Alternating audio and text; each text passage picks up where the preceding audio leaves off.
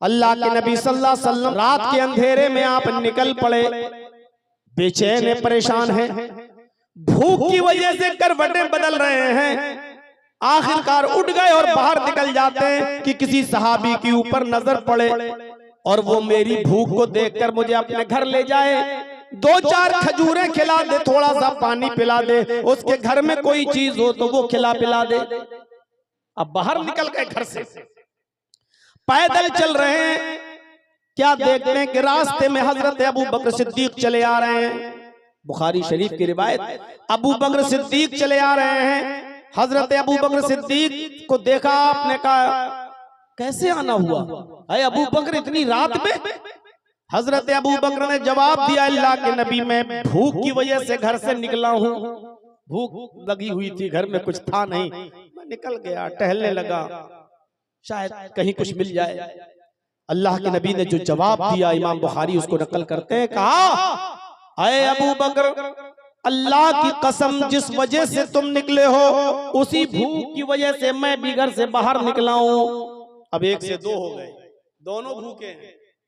थोड़ी देर के बाद हजरत उमर भी आ गए, वो भी कहने लगे भूख की वजह से घर से निकले हैं। अब ये तीनों लोग एक सहाबी के घर जाते हैं, पास में नजदीक में, जो सबसे नजदीक में जो घर था, वो घर था अबुल हैसम अंसारी का। अबुल हैसम अंसारी का मकान, दरवाजे को रात में दस्तक दी। अबुल हैसम ने कहा इतनी रात में कौन आया है? दरवाजा खोला, सामने अल्लाह के नबी, अबू बकर, उमर। कहा अल्हम्दुलिल्लाह, माशा अल्लाह, इतने अच्छे मेहमान रात में, वो भी हमारे घर पर, आइए तशरीफ लाइए। अभी रात के 2 बजे हम अचानक पहुंच जाएं आपके घर में, पसीने आ जाएंगे, रात में अचानक बिना बताए हुए। आजकल तो जमाना अच्छा ना, फोन कर दिया, हाँ तो ठीक है, हमारे पहुंचने से पहले बन गया, बल्कि कह भी देते हैं बस पहुंच जाऊंगा रात में 1 बजे तक इंशाल्लाह, हाँ थोड़ा सा खाना वाना बना लीजिएगा, इशारा होता है कि थोड़ा सा अच्छा। ये वहां ना मोबाइल का जमाना, ना फोन का जमाना, अचानक और चेहरे पे खुशी मेजबान के, आइए कितने अच्छे मेहमान। आज तो आपका चेहरा उतर जाएगा और आपसे ज्यादा आपकी बीवी का चेहरा उतर जाएगा। एक कमीना रात ही को टपकने को था, अब किचन में जाऊं, रोटी बनाऊं, किचन में जाऊं, चावल उबालूं, भूखा चला आया, रात ही में आने को था। ये तीनों ने अपनी वजह बताई कि भूखे हैं हम लोग। आया अबुल हैसम, अगर तुम्हारे पास कुछ हो, जो भी घर में, तकल्लुफ नहीं, जो भी हो रख दो, और नहीं है तो कोई बात नहीं। कहा ठीक है। बगीचे में गए, खजूर का एक खोशा तोड़ कर लाए, कच्ची पक्की हर किस्म की खजूरें उसमें थी। अंधेरे में जैसे हाथ में लगी, ले आए। आए अल्लाह के नबी, आप और आपके सहाबा इसको खाएं, मैं अभी आ रहा हूं। और गए और बकरी का 1 साल का बच्चा, 1 साल का बकरी का बच्चा उसको लिया और जिबा कर दिया। 3 लोग और पूरी बकरी उन्होंने जिबा कर दी, बकरी का 1 साल का बच्चा। खाना बनने लगा, थोड़ी देर लगी कि खाने के तरह तरह के आइटम बन गए, रोटी बन गई, दस्तरखान लगा दिया गया और सामने खाना रख दिया गया। उस जमाने में जो चलता था वो सारा खाना बकरे के गोश्त के आइटम बनाकर, रोटी वगैरह बनाकर तैयार कर दी गई, दस्तरखान लग गया। अबू बकर भी बैठे, उमर भी बैठे और अल्लाह के नबी सल्लल्लाहु अलैहि वसल्लम भी बैठे। अल्लाह के नबी की नजर जब इन नेमतों के ऊपर गई, गोश्त के ऊपर गई, रोटी के ऊपर गई, गोश्त के मुख्तलिफ वैरायटीज के ऊपर गई, तो आपकी आंखों में आंसू आ गए। बुखारी की रिवायत, अल्लाह के नबी सल्लल्लाहु अलैहि वसल्लम की जबान से जो जुमला निकला, वो जुमला ये था, लतुसअलुन्ना अन हाज़न नईम यौमल क़यामा। आए अबुल हैसम, यही वो नेमतें हैं जिन नेमतों के बारे में कयामत के दिन अल्लाह रब्बुल आलमीन के यहाँ सवाल किया जाएगा। यानी हमने तुम्हें नेमतों को खिलाया था, तुमने अल्लाह का शुक्र अदा किया या नहीं किया। जर्जीस साहब के सामने या हम जैसे और मौलवियों के सामने आप आइटम रख दें तब भी सारी चीजें हैं माशाअल्लाह, बस चिकन फ्राई और होता तो और अच्छा होता। बस एक चीज की और कमी रह गई, अगर मछली और होती तो बस पूछो मत। आपका दस्तरखान बहुत अच्छा, या कुछ नहीं कहेगा शर्म की वजह से, तो दस्तरखान पर नेमतों को देखकर कहेगा माशाअल्लाह, अल्लाह पकाने वाली को जन्नत दे, अल्लाह आपने मेहमान नवाजी की, अल्लाह आपको जन्नत दे। अल्लाह के नबी सल्लल्लाहु अलैहि वसल्लम ये कुछ नहीं कह रहे, अल्लाह के नबी नेमतों को देख रहे तो कह रहे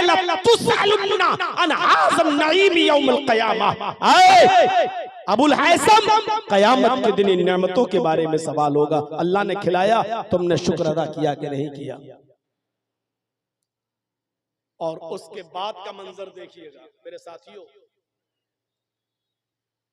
एक रोटी उठाई और उस रोटी के ऊपर सिर्फ गोश्त की 2 बोटियां रखी। एक रोटी और उस रोटी के ऊपर गोश्त की 2 बोटियां रखी। अल्लाह की कसम जर्जीस को नहीं मालूम कि उस रोटी का साइज क्या हो, हमें नहीं मालूम। उस जमाने में छोटी रोटी चलती थी कि बड़ी, हमें नहीं मालूम। आप हमारे यूपी में आ जाएं तो कानपुर से उधर जितना जाएंगे, इटावा, अलीगढ़, गाजियाबाद, बरेली, पीलीभीत, इस तरफ जितना जाएंगे तो आपको रोटी बड़ी मिलेगी, बड़ी रोटी बनती हुई मिलेगी। और इटावा से इस तरफ जितना आएंगे आप, कानपुर, लखनऊ और सीता, इस साइड में जब आप आएंगे, हरदोई वगैरह, सीतापुर, इस साइड में जब आप आएंगे, बनारस वगैरह में, तो यहाँ रोटी आपको छोटी बनती हुई मिलेगी, छोटी छोटी। आपके बिहार में भी छोटी रोटियों का चलन है, छोटी रोटी बनती है। बंगाल के अंदर भी यही चलन है, छोटी रोटी बनती है। लेकिन अल्लाह के नबी ने जो रोटी उठाई उसका साइज नहीं मालूम, सिर्फ ये लफ्ज आया है कि एक रोटी उठाई और उस रोटी के ऊपर 2 बोटियां रखी गोश्त की, और ऐसे मोड़ दिया और अबुल हैसम को दिया। क्या अबुल हैसम, लिए लो, पकड़ो, और इस रोटी को जिसमें 2 बोटियां हैं ये मेरे घर ले जाओ और मेरी बेटी फातिमा को पहुंचा दो। आज तकरीबन 15 दिन हो गए, मेरी बेटी को भी गोश्त नसीब नहीं हुआ। आज 15 दिन हो गए, मेरे घर में भी चूल्हा नहीं जला। ये रोटी और ये गोश्त का थोड़ा सा सालन आज मेरी बेटी भी खा लेगी, जाओ ले जाओ। अबुल हैसम अंदर गए, कहा बीवी, अल्लाह के नबी ने एक रोटी दी और 2 बोटियों का फातिमा को पहुंचा दो। इस रोटी में और गोश्त की इन 2 बोटियों में फातिमा का क्या हो जाएगा? तुम बर्तन तैयार कर दो, टिफिन तैयार कर दो। उनकी बीवी ने रोटियां, कई रोटियां रख दी और गोश्त का पूरा प्याला भर दिया। अबुल हैसम जब उसको लेकर जाने लगे, सुनिए, अबुल हैसम जब पूरा टिफिन लेकर जाने लगे तो अल्लाह के नबी ने उनको दरवाजे पर पकड़ लिया। फरमाया अबुल हैसम, इस बर्तन में टिफिन में क्या है? कहा अल्लाह के नबी, मेरी बीवी को अच्छा नहीं लगा एक रोटी 2 बोटी फातिमा को दी जाए, इसलिए उन्होंने ये पूरा बर्तन प्याला गोश्त से भर दिया और कई रोटियां रख दी ताकि आपकी बेटी पेट भर के खाना खा ले। अल्लाह के नबी की जबान से जो जुमले निकले वो जुमले ये थे, आए अबुल हैसम, अगर पेट भर कर मेरी बेटी ने खाना खा लिया तो फिर वो आज की रात अल्लाह की इबादत नहीं कर सकेगी, तहज्जुद में नहीं उठ सकेगी, अल्लाह को याद नहीं कर सकेगी। नींद रात भर आराम से खाना खाकर फिर रात भर वो आराम से सोएगी। इतना हम अपनी बेटी को नहीं खिला सकते कि रात में उठकर वो अल्लाह की हम्द बयान न कर सके, सना न कर सके, इबादत न कर सके, तहज्जुद न पढ़ सके। जितना मैंने दिया उतना ही देकर आओ। अल्लाह के नबी को भूख से आजमाया जा रहा है, अबू बकर भूख से आजमाए गए, हजरत उमर भूख से आजमाए गए। हमारा तसव्वुर क्या है? एक दिन खाना न मिले, दूसरे दिन मौलाना साहब घर में बरकत नहीं हो रही है। बरकत का मतलब यह है कि आपके गुलछर्रे उड़ाने के लिए सारी नेमतें आपको मिलती रहें और सब कुछ, तब आप समझेंगे कि हाँ अब हमारे घर में खैर व बरकत हो रही है। वलनब्लुवन्नकुम बिशैइन मिनल खौफि वल जूअ व नक्सिम मिनल अमवाल, तुम्हारे मालों में नुकसान करके भी हम तुम्हें आजमाएंगे। तुम्हारे मालों में नुकसान पहुंचाकर भी हम तुम्हें आजमाएंगे। बहुत पैसा है तुम्हारे पास, बहुत माल है तुम्हारे पास, अचानक आग लग गई, माल में नुकसान हो गया, पागल हो गए, क्या है? बड़ी मेहनत से आपने बिल्डिंग बनाकर तैयार की थी, अचानक इजराइल और फिलिस्तीन की जंग में एक बम गिरता है और आपका बना हुआ वो 5 मंजिला मकान बुलडोज हो जाता है। या उत्तर प्रदेश की तरह, मेरे भाइयों, आपसे गलती हो गई, बजाय इसके कि कोर्ट में मुकदमा चले और कोर्ट से फैसला हो, आपकी मेहनत का बनाया हुआ और मेहनत की कमाई से तामीर किया हुआ 5 मंजिला 10 मंजिला मकान सिर्फ इसलिए बुलडोज कर दिया गया, गिरा दिया गया क्योंकि आप मुसलमान हैं। क्या बीतेगी आपके ऊपर, क्या गुजरेगी आपके ऊपर?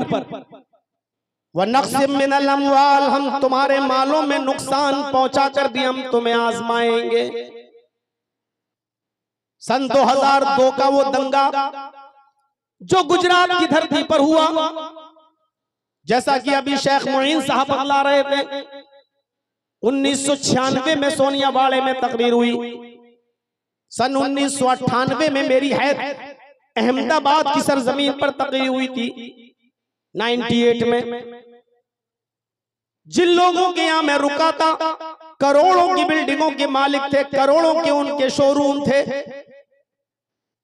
बेहतरीन मेहमान नवाजी की थी, और उस वक्त में एक नया उभरता हुआ चेहरा था, इसलिए उन्होंने अपने घर ही में हमको ठहराया था। करोड़ों का शोरूम, करोड़ों की बिल्डिंग, लेकिन 2002 के दंगे में बिल्डिंगें तोड़ दी गई, दुकानों में आग लगा दी गई। आज भी करोड़ों की बिल्डिंगों के मालिक, करोड़ों के शोरूम के मालिक आज भी वो किराए पर रहते हैं, उनकी जमीन उनको नहीं मिल सकी, उनके घर मकान उनको बनाकर नहीं दिए गए। कई साल तक तो वो कैंपों में रहे, अब कैंपों से आजादी मिली तो वो किराए के मकान में रहते हैं, और किराए की दुकान से उन्होंने अपनी दुकानदारी शुरू की। वनक़्सिम मिनल अम्वाल, हम तुम्हें तुम्हारे मालों में नुकसान पहुंचा कर भी आजमाएंगे। आज तुम्हारे पास बहुत कुछ है ना, जिसने दिया है वो लेना भी जानता है, जिसने दिया है वो छीनना भी जानता है। इसीलिए तो कहा कि कद्र कर लो, जो दिया है कद्र कर लो उसकी। वनक़्सिम मिनल अम्वाल, हम तुम्हारे मालों में नुकसान पहुंचा कर भी हम तुम्हें आजमाएंगे। वल अनफुस, तुम्हारी जानें लेकर भी हम तुम्हें आजमाएंगे। ऐसा माहौल देख लीजिए, 70,000, 80,000, 1,00,000 आदमी फिलिस्तीन के अंदर मार डाला गया, कत्ल कर दिए गए, बच्चे, औरतें, जवान, मर्द, बूढ़े, सब टोटल गिनती जो बताई जा रही है 70,000, ये तो मीडिया रिपोर्ट है, अंदरूनी रिपोर्ट 1,00,000 से भी कई ऊपर। सुन रहे हैं? हम तुम्हारी जानें लेकर भी आजमाएंगे। बहुत मोहब्बत है बच्चे से तुम्हें, बच्चे का इंतकाल हो गया, अल्लाह ने ले लिया, अब आप रोएंगे, हम जान लेकर भी आजमाएंगे। बड़ी खिदमत करती थी आपकी बीवी, अचानक हार्ट अटैक हुआ, बीवी मर गई, कितना बड़ा सदमा पहुंचा आपको। हम जाने लेकर भी आजमाएंगे। वल अनफुस वस्समरात, समरात में सारी चीजें आ गई। वैसे तो अनाज, उस दौर में अनाज और गल्ले का कारोबार होता था, इसलिए आयत नाजिल हुई, इसमें हर बिजनेस शामिल है। जो आदमी जो बिजनेस करता है, खेती बाड़ी, अनाज, गल्ला, चावल का या धान का, फल फ्रूट पैदा हो रहे हैं, आम के बागात हैं, लीची के बागात हैं, या आप और कोई बिजनेस करते हैं, कारोबार करते हैं कपड़े का, हम तुम्हें तुम्हारे कारोबार को चौपट करके, तुम्हारा कारोबार बर्बाद करके भी हम तुम्हें आजमाएंगे। कितनी चीजें बताई, खौफ डालकर भी आजमाएंगे, भूखा मारकर भी।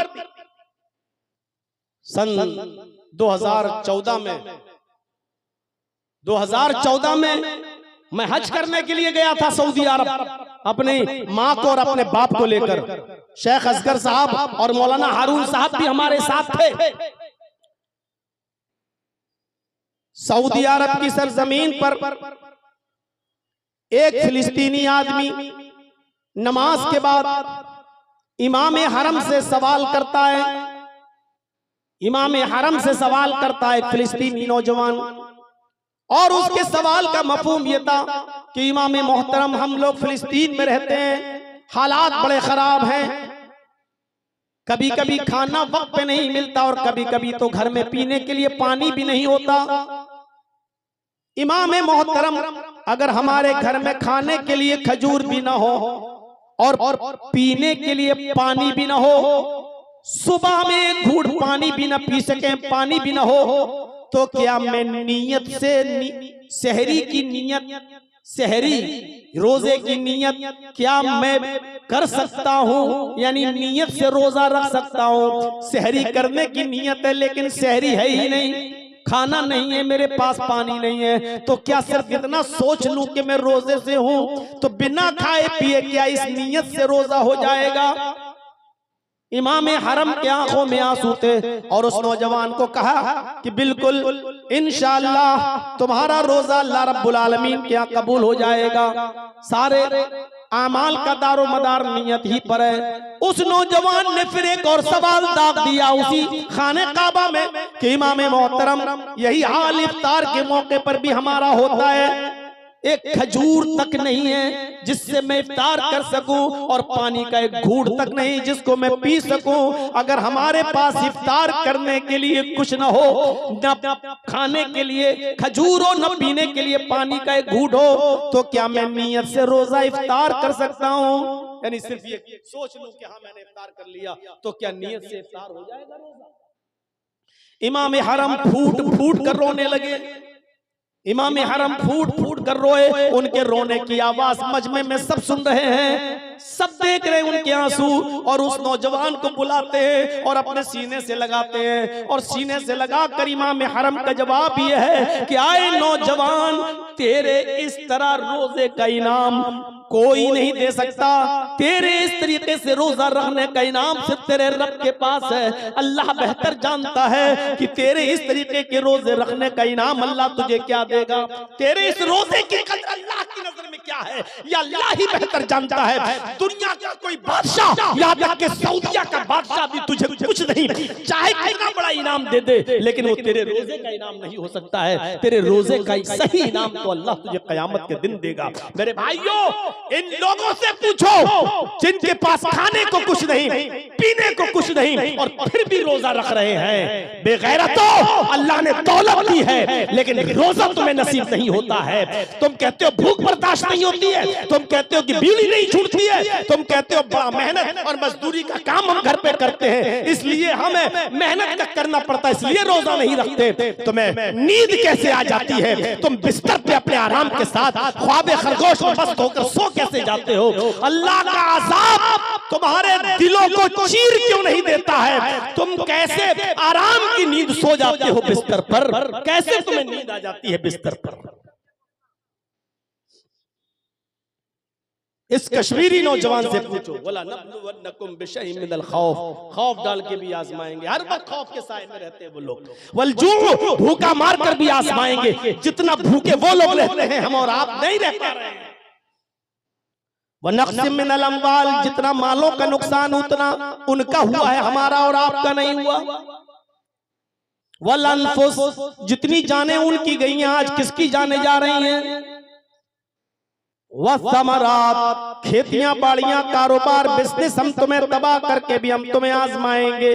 इन तमाम सूरतों में मेरे जो बंदे सब्र कर ले। अब आया क्या कहा? इन तमाम आजमाइशों में मेरे बंदे जो पूरे उतर जाएं और सब्र कर लें। सब्र, वबशिर साबिरीन, तो सब्र करने वालों को बशारत दे दो।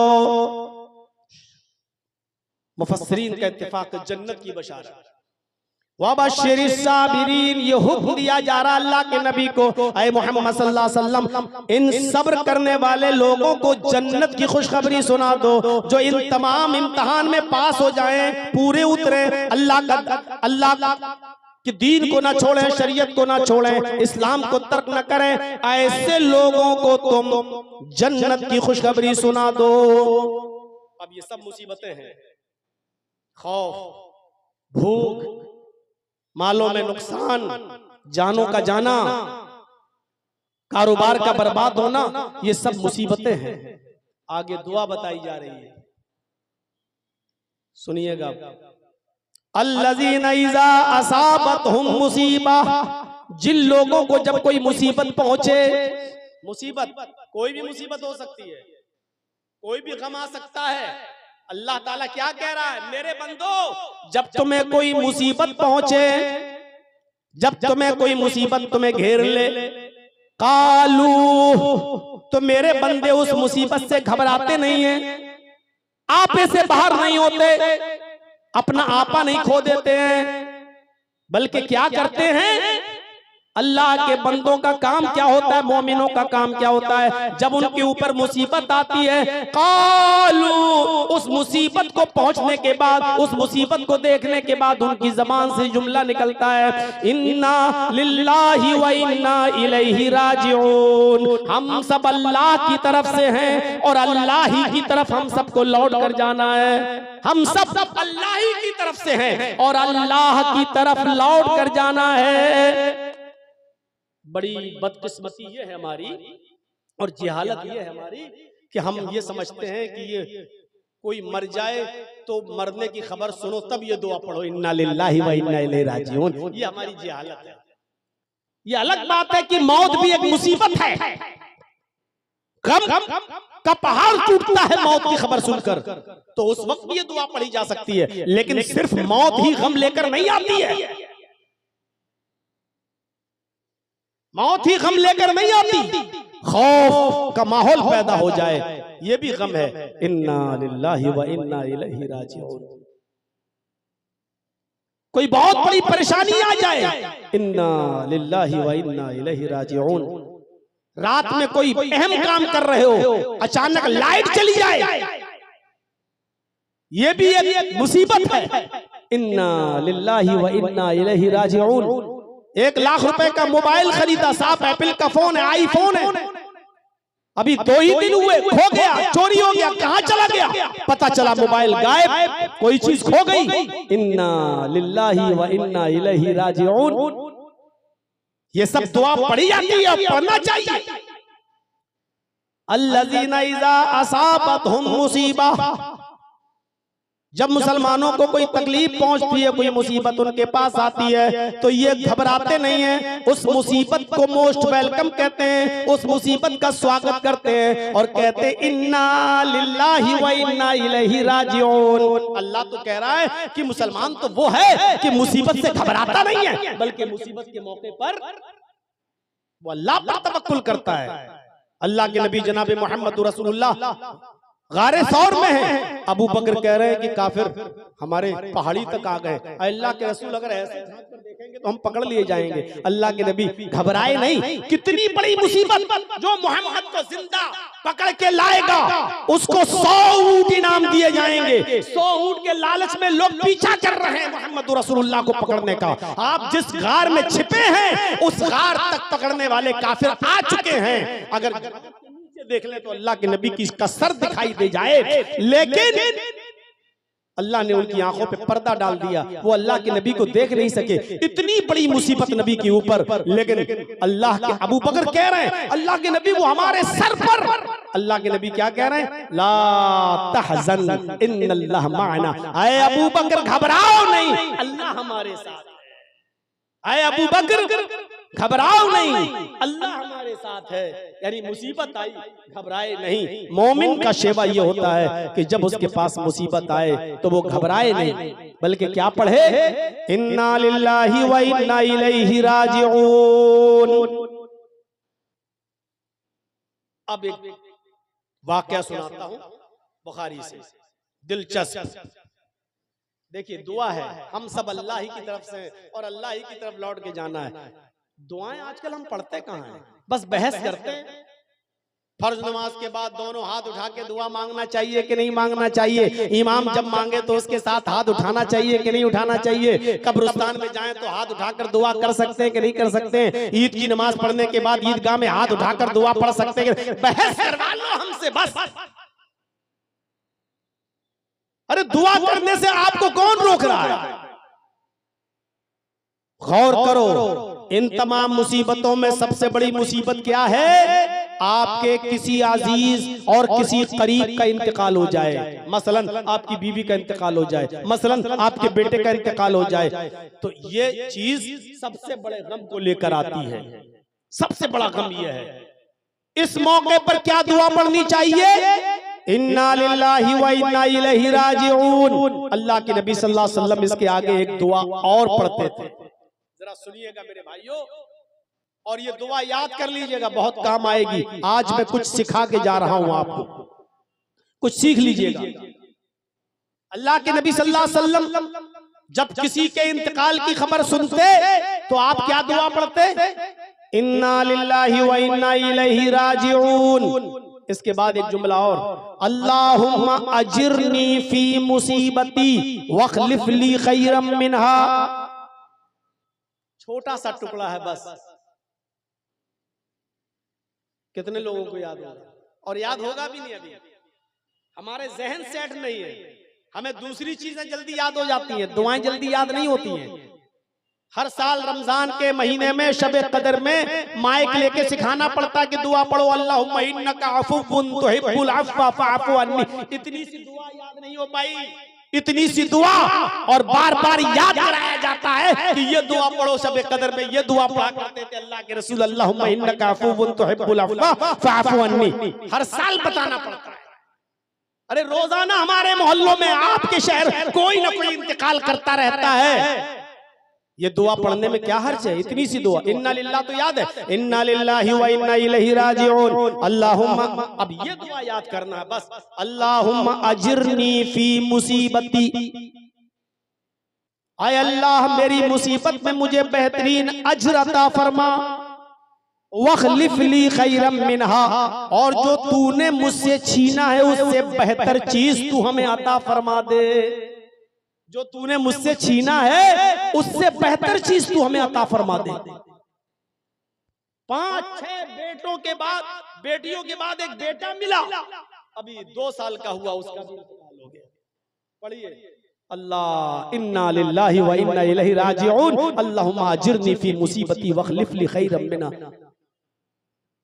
हम सब अल्लाह की तरफ से आए हैं, अल्लाह ही की तरफ लौट कर जाना है। आय अल्लाह मेरे बेटे के इंतकाल पर जो मुसीबत मेरे ऊपर आई है, इस मुसीबत में मुझे बेहतरीन अज्र अता फरमा, वखलिफ ली खैरम मिनहा, और तूने मुझसे जो छीना है मुझे उससे बेहतर चीज दे दे, यानी इससे बेहतर बेटा तू मुझे अता फरमा दे। आप अल्लाह से क्या मांगे? अल्लाह के नबी सल्लल्लाहु अलैहि वसल्लम असर की नमाज के बाद सहाबा किराम के पास बैठे हुए मस्जिद में, और आप उनको समझाने लगते हैं और यही दुआ सिखलाते हैं कि तुम्हारा जब कोई करीबी इंतकाल कर जाए तो ये दुआ पढ़ लिया करो, इन्ना लिल्लाहि व इन्ना इलैहि राजिऊन। अल्लाहुम्मा अजिरनी फी मुसीबती वखलिफ ली खैरम मिनहा।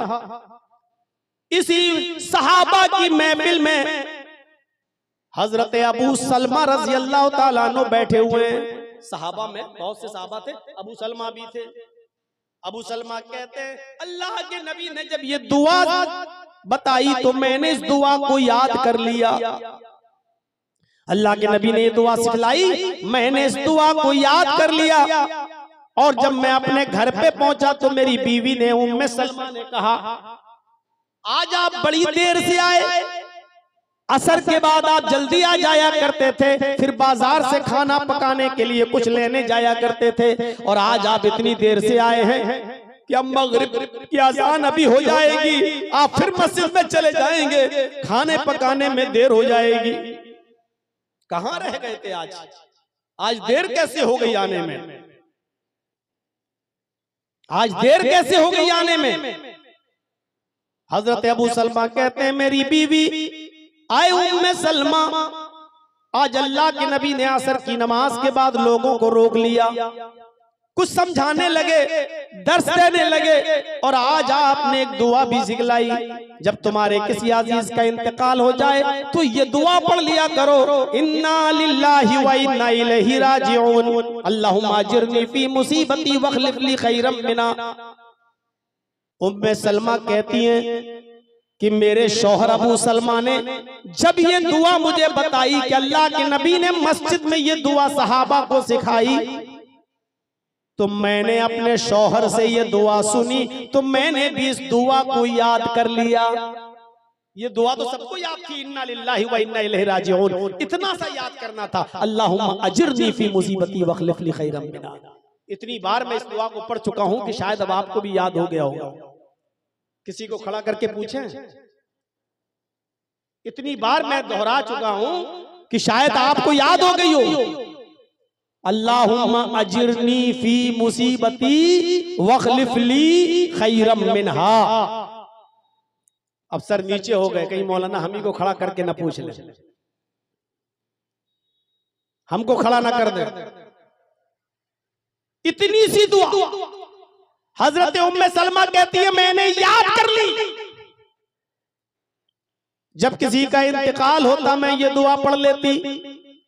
6 महीने गुजर गए, 8 महीने गुजर गए, 1 साल गुजर गया। मेरे शौहर कपड़े का बिजनेस करते थे, कपड़ा दूसरे शहर में ले जाया करते थे, बेचते थे, और वहां से कुछ चीजें खरीद के लाते थे, अपने शहर में बेचा करते थे। मेरे शौहर बिजनेस करते थे दूसरे शहर में जाकर।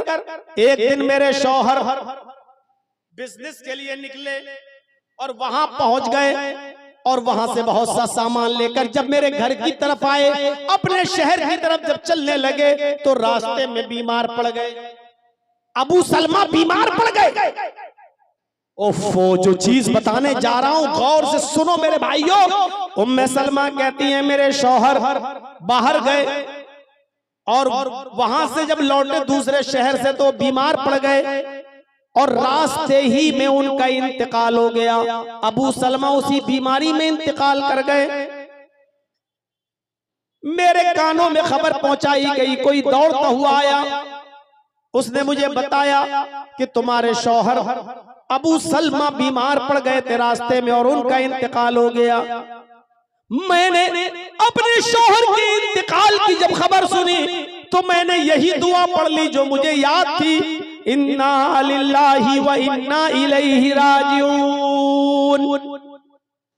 यही दुआ मैंने पढ़ ली, इन्ना लिल्लाहि व इन्ना इलैहि राजिऊन, अल्लाहुम्मा अजिरनी फी मुसीबती वखलिफ ली खैरम मिनहा। फिर मिट्टी मेरे घर लाई गई, गुस्ल दिया गया, कफनाया गया और अबू सलमा को दफन कर दिया गया। मैं इद्दत में बैठ गई, इद्दत करने लगी, और जब भी मुझे मेरे शौहर की याद आती तो मैं फिर ये दुआ पढ़ लेती।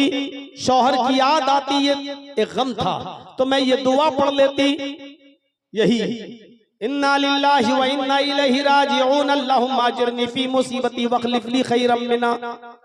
उम्मे सलमा कहती हैं कि 2-3 महीने गुजर गए, मैं इद्दत में थी।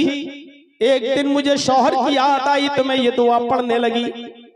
जब मैं दुआ पढ़ने लगी तो मैं इसके तर्जमे पर गौर करने लगी, इसकी मीनिंग पर, मफहूम पर गौर करने लगी। मैं सोचने लगी ऐसा कैसे हो सकता है, इस दुआ का मतलब तो यह है कि हम अल्लाह की तरफ से हैं और अल्लाह ही की तरफ जाना है। आए अल्लाह मेरी मुसीबत में मुझे बेहतरीन बदला दे, वखलिफ ली खैरम मिनहा, और जो तूने मुझसे छीना है उससे बेहतर बदला मुझे दे, बेहतर चीज अता कर। उम्मे सलमा कहती है मैं बार बार ये दुआ पढ़ती हूँ कि अल्लाह मुझे उससे बेहतर चीज दे जो तूने मुझसे छीनी है। भला मेरे शौहर से बेहतर कौन हो सकता है? मेरे शौहर जो मुझ पर जान छिड़कते थे, मेरे दीवाने थे, मेरी हर परेशानी और हर चीज का ख्याल रखते थे। मेरे शौहर इस दुनिया से इंतकाल कर गए और मैं अल्लाह से दुआ करती हूँ कि अल्लाह मुझे वो चीज दे जो मेरे शौहर से बेहतर हो, मेरे शौहर से बेहतर चीज दे। कैसे हो सकता है? भला इस दुनिया में मेरे शौहर से अच्छा भी कोई होगा? ऐसा कैसे हो सकता है? उम्मे सलमा कहती हैं मैं दुआ को दुआ की तरह पढ़ती रही और ये सोचती रही कि ऐसा कैसे हो सकता है, भला अबू सलमा से भी ज्यादा कोई मोहब्बत करने वाला, अबू सलमा से भी ज्यादा कोई प्यार करने वाला मुझे मिलेगा क्या? उनसे भी कोई अच्छा इस दुनिया में होगा? उम्मे सलमा कहती हैं कि जब मेरी इद्दत पूरी हो गई, 4 महीने 10 दिन, जब मेरी इद्दत पूरी हो गई तो एक दिन मैं बकरी के चमड़े को, बकरी के खाल को दबागत दे रही थी। अरब के अंदर ये खाले वाले बेची नहीं जाती थी, बकरी ज़िबा की खाल निकाली, उसको दबागत दी, उसको गर्म पानी में बबूल अबूल डालकर उसको गर्म करके उसको साफ किया, या तो मशकीज़ा बना लिया जाता था जो पानी के भरने में काम आता है, या ढोल बना लिया जाता था, या जाय नमाज वगैरह बना ली जाती थी, उसको घर में इस्तेमाल में लाया जाता था। उम्मे सलमा कहती है कि मैं बकरी के खल के चमड़े को दबागत दे रही थी, अचानक मेरे दरवाजे पे दस्तक हुई, मेरी इद्दत खत्म हो गई, अचानक मेरे दरवाजे पर दस्तक हुई, मैंने जल्दी से हाथ धोए और दरवाजे की तरफ में आगे बढ़ी, मैं जल्दी से दरवाजे की तरफ आगे बढ़ी। जैसे ही मैंने दरवाजा खोला तो क्या देखती हूँ कि मेरे सामने जनाबे मोहम्मद रसूलुल्लाह सल्लल्लाहु अलैहि वसल्लम खड़े हैं, मेरे सामने मोहम्मद रसूलुल्लाह सल्लल्लाहु अलैहि वसल्लम खड़े हैं। आपने मुझे देखा, कहा अस्सलामु अलैकुम, मैंने भी नबी अकरम के सलाम का जवाब दिया, व अलैकुमुस्सलाम व रहमतुल्लाहि व बरकातुहू, मैंने भी नबी के सलाम का जवाब दिया और फिर आपको घर में अंदर आने की इजाजत दी कि अंदर आइए। अरे अल्लाह के नबी आप अंदर तशरीफ लाइए। अल्लाह के नबी जब घर के अंदर तशरीफ लाए तो खजूर के पत्तों की बनी हुई चटाई बिछी हुई थी, उसी चटाई के ऊपर अल्लाह के नबी बैठ गए। कितनी बेइज्जती होती है, औरतें कहती है लो साहब इतना अच्छा घर बना लिया, एक सोफा नहीं डाल सकते हो, बाहर के मेहमान आते हैं बेचारे उनको टूटी फूटी कुर्सियों पे बिठाना पड़ता है। अल्लाह के नबी खजूर के पत्तों की बनी हुई चटाई के ऊपर बैठ गए। हजरत उम्मे सलमा कहती हैं मेरे पास तकिया था, तकिया चमड़े का तकिया, उसमें खजूर की छाल भरी हुई थी, मैंने वो तकिया चमड़े का जिसमें खजूर के पत्ते या उसकी छाल भरी हुई थी मैंने दे दिया, आप इस पर टेक लगा लीजिए। अल्लाह के नबी उस तकिए पर टेक लगाकर बैठ गए। मैंने पूछा अल्लाह के नबी मेरे इस गरीब खाने पर आने का मकसद क्या है? आप हमारे घर पे अचानक तशरीफ लाए, आने का मकसद क्या है? अल्लाह के नबी फरमाते हैं उम्मे सलमा तुम्हारे शौहर अबू सलमा का इंतकाल हो चुका है, तुम इद्दत में थी इसलिए मैं नहीं आया मिलने, अब तुम्हारी इद्दत भी पूरी हो गई, अब मैं तुमसे मिलने के लिए आया हूं। आए उम्मे सलमा मैं तुम्हारे साथ निकाह करने का इरादा रखता हूं, मैं तुमसे शादी करना चाहता हूं, मैं तुमसे निकाह करना चाहता हूं। आए उम्मे सलमा तुम्हें अच्छी तरह मालूम है कि इस वक्त अरब का मिजाज क्या है, जिस औरत का शौहर मर जाता है उस औरत को कितनी तकलीफें उठाना पड़ती हैं। लोग उस औरत को मनहूस समझते हैं कि देखो अपनी जिंदगी में अपना आदमी खा गई, उसकी शादी नहीं होती है, कोई निकाह नहीं करता इस डर से कि एक को तो शादी करके खा गई, दूसरा जो इससे शादी करेगा वो भी मर जाएगा। जिसका शौहर मर जाता था उस औरत को डाइन समझा जाता था, ये समझा जाता था कि ये मनहूस औरत है जिसकी जिंदगी में उसका आदमी मर गया, तो दूसरा कोई आदमी उससे निकाह नहीं करता था, ये सोचकर कि ये एक आदमी डस चुकी दूसरा भी डस लेगी। आए उम्मे सलमा मैं तुम्हारे साथ निकाह करना चाहता हूं, अगर तुम्हें कोई एतराज न हो तो तुम मेरे साथ निकाह कर लो। उम्मे सलमा का जवाब सुनो। उम्मे सलमा कहती हैं अल्लाह के नबी आप किसी औरत को निकाह का पैगाम दें और वो औरत आपके पैगाम को ठुकरा दे, उससे ज्यादा बदनसीब कौन होगी, उससे ज्यादा बदनसीब औरत कौन होगी। लेकिन ये सच है कि आपसे जो औरत निकाह न करे वो बदनसीब है, लेकिन हकीकत यह है कि मैं आपके साथ निकाह करने की पोजीशन में नहीं हूं, मैं आपके साथ निकाह नहीं कर सकती। दोनों बातें, तुम कह रही हो कि आपके साथ निकाह न करे कोई औरत तो बदनसीब है, और तुम ये भी कह रही हो कि मैं नहीं कर सकती। ये क्या बात है, जबकि तुम्हारे शौहर भी नहीं है। कहा कुछ परेशानी है, कहा वो बताओ ना, शेयर करो अपनी परेशानी। अगर दूर हो सकती है तो ठीक, और नहीं हो सकती है तो कोई बात नहीं। बताओ क्या प्रॉब्लम है तुम्हें। पहली प्रॉब्लम, आए अल्लाह के नबी, प्रॉब्लम कई हैं। नंबर 1 का क्या, आपकी पहले से कई बीवियां मौजूद हैं।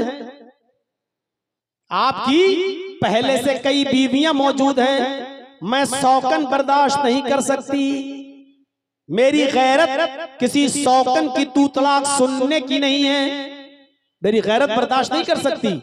कभी हमारे और आपके दरमियान कोई मामला बिगड़ता है, हमारे और आपके दरमियान कभी किसी मामले में लेकर बहस होगी, तो आपकी बीवियों को अधिकार और हक नहीं होगा वो बीच में बोलने। जब हमारे और आपके बीच में कोई बात है तो हम और आप ही उसको दूर करेंगे। आपकी कोई बीवी अगर बीच में बोलेगी और मुझसे लड़ेगी तो मुझसे बर्दाश्त नहीं होगा, मैं हाथापाई पर उतर जाऊंगी। इसलिए कि मैं शौकन बर्दाश्त नहीं कर सकती। मैं बहुत गैरतमंद खातून हूं और मेरे साथ कई शौकने हों, ये कैसे बर्दाश्त कर लूं। आपने कहा शौकन का होना अच्छा नहीं, या शौकन का मुदाखलत करना, बीच में बोलना। कहा नहीं, शौकन का बीच में बोलना। जब हम आपकी बीवी हैं, कोई बात हमारे और आपके दरमियान अगर होगी तो हम और आप हल करेंगे। आपकी कोई दूसरी बीवी हमारे बीच में नहीं बोलेगी। आपने कहा ठीक है, मैं अल्लाह से दुआ करूंगा, अल्लाह ऐसी नौबत ही नहीं लाएगा कि कोई दूसरी बीवी हमारे और तुम्हारे बीच में बोले। इंशाअल्लाह मैं किसी और बीवी को अपने और तुम्हारे मामले में बोलने की इजाजत नहीं दूंगा। आए उम्मे सलमा, ये मैं वादा करता हूं कि मेरे और तुम्हारे दरमियान कोई तीसरी बीवी इंटरफियर नहीं करेगी, कोई दूसरी बीवी नहीं बोलेगी। अच्छा, ये तो पहली प्रॉब्लम थी। कहा दूसरी प्रॉब्लम भी है। कहा क्या, वो भी बोलो। कहा दूसरी प्रॉब्लम ये है, क्या अल्लाह के नबी, शादी जिस मकसद से की जाती है मैं उस मकसद के लायक नहीं हूं। शादी के बाद ये होता है कि कोई बच्चों की पैदाइश हो, बच्चे बड़े, नस्ल बढ़े। मैं बुढ़ापे की उस उम्र को पहुंच चुकी हूं। इस उम्र में अब मैं बच्चे पैदा करने के लायक नहीं हूं। मैं शादी की उस उम्र को क्रॉस कर चुकी हूं। इसलिए आप अगर इस मकसद से शादी करना चाहते कि नस्ल बढ़े, तो मैं आपको पहले बता देती हूं कि बच्चे पैदा करने की मैं पोजीशन में नहीं हूं। साफ कह दिया। अल्लाह के नबी का जवाब सुनो।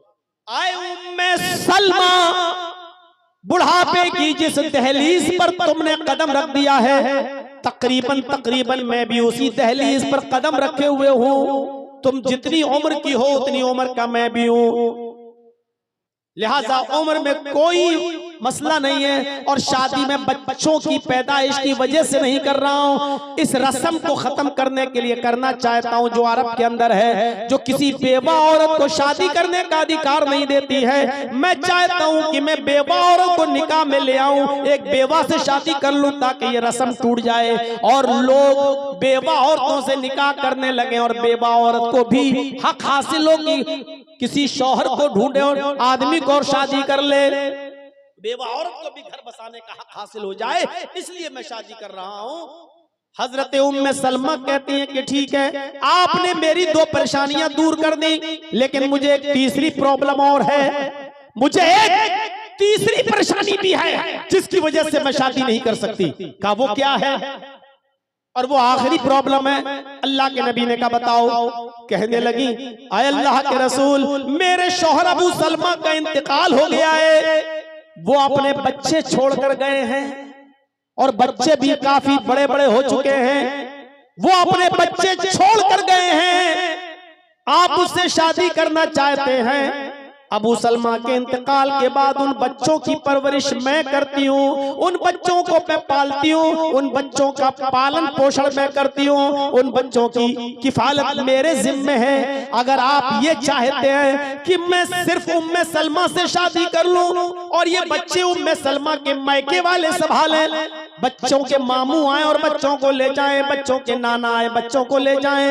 ये बच्चे अपने ननियाल में पले, अपने मामू के यहाँ अपने नाना के यहाँ पले या ददियाल में पले, तो अल्लाह के नबी ये नहीं हो सकता है। ये बच्चे अबू सलमा छोड़ कर गए, इन बच्चों की किफालत मेरे जिम्मे, ये बच्चे मैं पालती हूँ, इनकी परवरिश मैं करती हूँ। अगर आप मेरे साथ निकाह करना चाहते हैं तो इन बच्चों को मैं नहीं छोड़ सकती हूँ। इन बच्चों की जिम्मेदारी, इनकी किफालत और इनको खिलाना पिलाना, इनकी परवरिश की जिम्मेदारी भी आपको उठाना पड़ेगी। कितनी क्लियर बात। अल्लाह के नबी फरमाते हैं उम्मे सलमा ये कोई कहने की बात है, जब तुम मुझसे निकाह कर लोगी तो तुम्हारे बच्चे भी मेरे बच्चे होंगे, उनकी परवरिश करना, उनको पालना, उनको बड़ा करना, उनको अच्छी तरबियत देना, ये भी मेरी जिम्मेदारी होगी। इन बच्चों की किफालत मैं करूंगा। जब ये तीनों शर्तें अल्लाह के नबी ने मान ली तो उम्मे सलमा ने निकाह भी कर लिया और मोहम्मद रसूलुल्लाह की वो बीवी बन गई। एक दिन अल्लाह के नबी सल्लल्लाहु अलैहि वसल्लम अपनी बीवी उम्मे सलमा से बातें कर रहे थे और अबू सलमा का जिक्र आ गया। अबू सलमा का जिक्र आते ही उम्मे सलमा की आंखों में आंसू आ गए और कहने लगी कि अल्लाह के रसूल, अब इस दुआ पर मुझे मुकम्मल यकीन हुआ है। इस दुआ में जो हम पढ़ते हैं, अल्लाहुम्मा जिरनी फी मुसीबती, मेरी मुसीबत में बेहतरीन बदल अता फरमा, वखलिफली खैरम मिना, और जो तूने मुझसे छीना है उससे बेहतर चीज तू मुझे अता फरमा। अय अल्लाह के नबी, पहले मैं सोचा करती थी कि अबू सलमा से मेरे लिए कौन बेहतर होगा, इतने अच्छे, उनसे बेहतर कौन होगा। लेकिन ये दुआ मांगते मांगते मैंने देखा अल्लाह ने दुआ कबूल कर ली। अबू सलमा बेहतर थे, लेकिन अल्लाह ने अबू सलमा को अगर छीना तो उनसे बेहतर शौहर मुझे अता फरमा दिया। हमें जनाब मोहम्मद रसूलुल्लाह दे दिए, मुझे मोहम्मद रसूलुल्लाह की बीवी बना दिया। मैं मोहम्मद रसूलुल्लाह की बीवी हूँ, मेरे शौहर से बेहतर शौहर अल्लाह ने मुझे अता फरमाया। गौर करो दुआ कैसे कबूल होती है। यहां तो सूरत हाल दूसरी है। शादी हुई, मांग रहे बेटा, अल्लाह मुझे बेटा दे दे, अल्लाह मुझे बेटा दे दे, अल्लाह मुझे बेटा दे दे। 9 महीने के बाद घर में बच्चा पैदा हुआ तो पता चला कि बेटी है। पेशानी पे शिकन पड़ गई, पसीना आ गया। अल्लाह, मैंने तो बेटा मांगा था, तूने बेटी दे दी। बेगैरत, तुझे शर्म आनी चाहिए। बेटी की पैदाइश पर तू अफसोस कर रहा है। ये बेटी नहीं, रहमत है जो तेरे घर में पैदा हुई। हो सकता है अल्लाह ने तुझे इसलिए बेटा न दिया हो क्योंकि अल्लाह बेहतर जानता था कि ये बेटा अगर मांग रहा है, अगर मैं बेटा दूंगा तो वो बेटा बड़ा होकर जमीन और जायदाद के चक्कर में अपने बाप का मर्डर कर देगा, अपने बाप का ही खून कर देगा, अपने बाप को सताएगा। हो सकता है इसलिए बेटा न दिया हो। यही आदमी बेचारा जिसको बेटा नहीं मिला, रोता रहा, परेशान रहा, जिंदगी भर कहता रहा अल्लाह मैंने बेटा मांगा, तूने बेटी दे दी। अभी वो बच्ची बिचारी जवानी की दहलीज पर कदम रखी, 15-16 साल की हुई, अभी शादी नहीं हुई। अचानक बाप का एक्सीडेंट होता है, पैर टूट गया, रीढ़ की हड्डी में चोट लगी, बिस्तर पे पड़ा है। डॉक्टर ने बिस्तर ही पर लेटे लेटे खाने पीने की इजाजत दी, पेशाब और पायखाना करने की इजाजत दी, उठ नहीं सकता। अब ऐसे मौके पर देख रहा है कि मेरी बीवी मेरी गंदगी को हाथ नहीं लगा रही है। मेरा बेटा जो शादीशुदा हो चुका है या बहू वाला है, न उसकी बहू आ रही है न बेटा आ रहा है। ऐसे नाजुक मोड़ पर वो देखता है कि उसकी बेटी आती है, अपने बाप की उस चादर को बदलती है जिस पर उसने पेशाब कर रखा है, एक पॉट लेके आती है और अपने बाप के कमर के नीचे रख देती है। अब्बू जरूरत से फारिग हो जाइए। बाप ने उसी पॉट में लेटरीन की और बेटी आई उसी पॉट को उठाकर फेंक रही है, अपने बाप की गंदगी को साफ कर रही है, उसके कपड़े धुल रही है। यही बाप जो बेटा बेटा चिल्ला रहा था, आज बेटी की तरफ से ये होने वाली खिदमत को देखता तो कहता कि अल्लाह वाकई तेरी कुदरत, वाकई तेरा इल्म वसी है। मैंने तुझसे बेटा मांगा था, लेकिन अगर बेटा होता तो आज शादीशुदा होकर मेरी ये खिदमत नहीं कर सकता था जो मेरी बेटी मेरी खिदमत कर रही है। इस पोजीशन में मेरी बेटी मेरे काम आई। वाकई तू हकीम है, तू अच्छी तरीके से जानता है कि बेटा देना चाहिए कि बेटी देना चाहिए। अंदाजा लगा सकते हैं आप, बेटियां रहमत बनकर आती है, रहमत। आप बेटों की पैदाइश पे खुश होते हो? पूरे हिंदुस्तान में जाता हूं तकरीरें करने, और अभी मेरा एक कदम अगर आपके भगैया में है तो अभी दूसरा कदम मेरा कलकत्ता की सरजमीन पर है। कल का प्रोग्राम मेरा मिदनीपुर में है, खड़गपुर से आगे मिदनीपुर। अंदाजा लगाओ कि आज यहां है, कल कहां, परसों कहां। शेख बता रहे थे कि सन 1996 में तकरीर की। ये 29-30 साल का जमाना जो गुजरा है, इस 30 साल तकरीरों के जमाने में मेरे भाइयों पूरे हिंदुस्तान के चप्पे चप्पे में जा चुका हूं। ऐसे ऐसे माँ बाप को जानता हूं जिन्होंने मेरी खिदमत की है, जिन्होंने मुझे खिलाया पिलाया है। 5 साल के बाद उनके घर गया तो पता चला कि वो नहीं है इस दुनिया में। मोहल्ले वालों से पूछा गया तो पता चला कि उनकी औलाद ने, उसके बेटे ने अपने बाप को मार डाला। जमीन और जायदाद का झगड़ा हुआ, उसी बंटवारे को लेकर इतना झगड़ा हुआ कि गर्दन दबा दिया। बेटा अपने बाप को मार डाला। आज तक ऐसा किस्सा नहीं सुना कि किसी बेटी ने भी अपने बाप को मारा हो।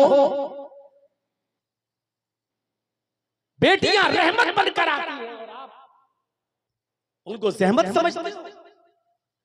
परेशानी क्या है? ओफो, लड़की हुई, अब कम से कम 10, 12, 15 लाख रुपए का जहेज वहेज इकट्ठा करो, बारातियों का इंतजाम करो।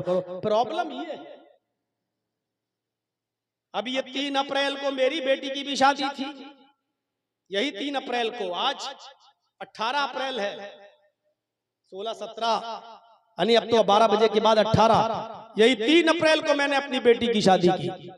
जाइए पूछिए इटावा वालों से, और जाइए मंजर देखिए। ना बारातियों का पता था, ना चोरों का पता था, ना डकैतों का पता था, ना हल्दी वाले आए, ना सगाई हुई, न मंगनी लगी, न पक्की कराई हुई, न दहेज जहेज दिया गया, कुछ नहीं।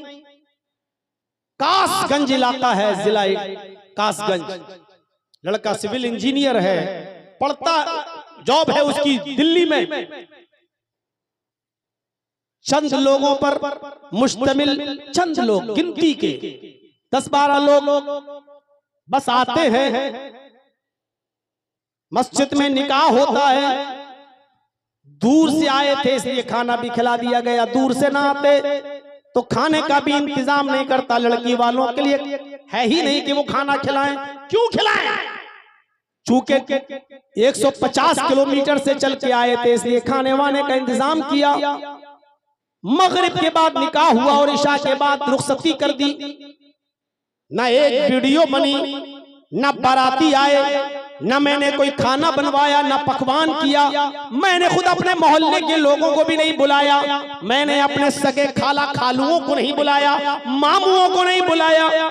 लड़की वाले की जिम्मेदारी ही नहीं है। इस बात को मंजर आम पे बोल रहा हूँ, रिकॉर्ड हो रहा है और ये तकरीर पूरी दुनिया सुनेगी, हमारे इटावा वाले भी सुनेंगे। अगर झूठ बोलूंगा मेरे भाइयों तो मेरी गिरफ्त भी होगी और कहेंगे लोग देखो ये जलसों में झूठ बोलता है। एक सबूत कोई नहीं दे सकता है कि मैंने दहेज दिया हो, मैंने बारात बुलाई हो और लाइटें लगी हो, खेमे लगे हो, पर्दे लगाए गए हो। मैंने भी शादी की, जो तकरीरों में बोला मैंने वैसे करके दिखाया।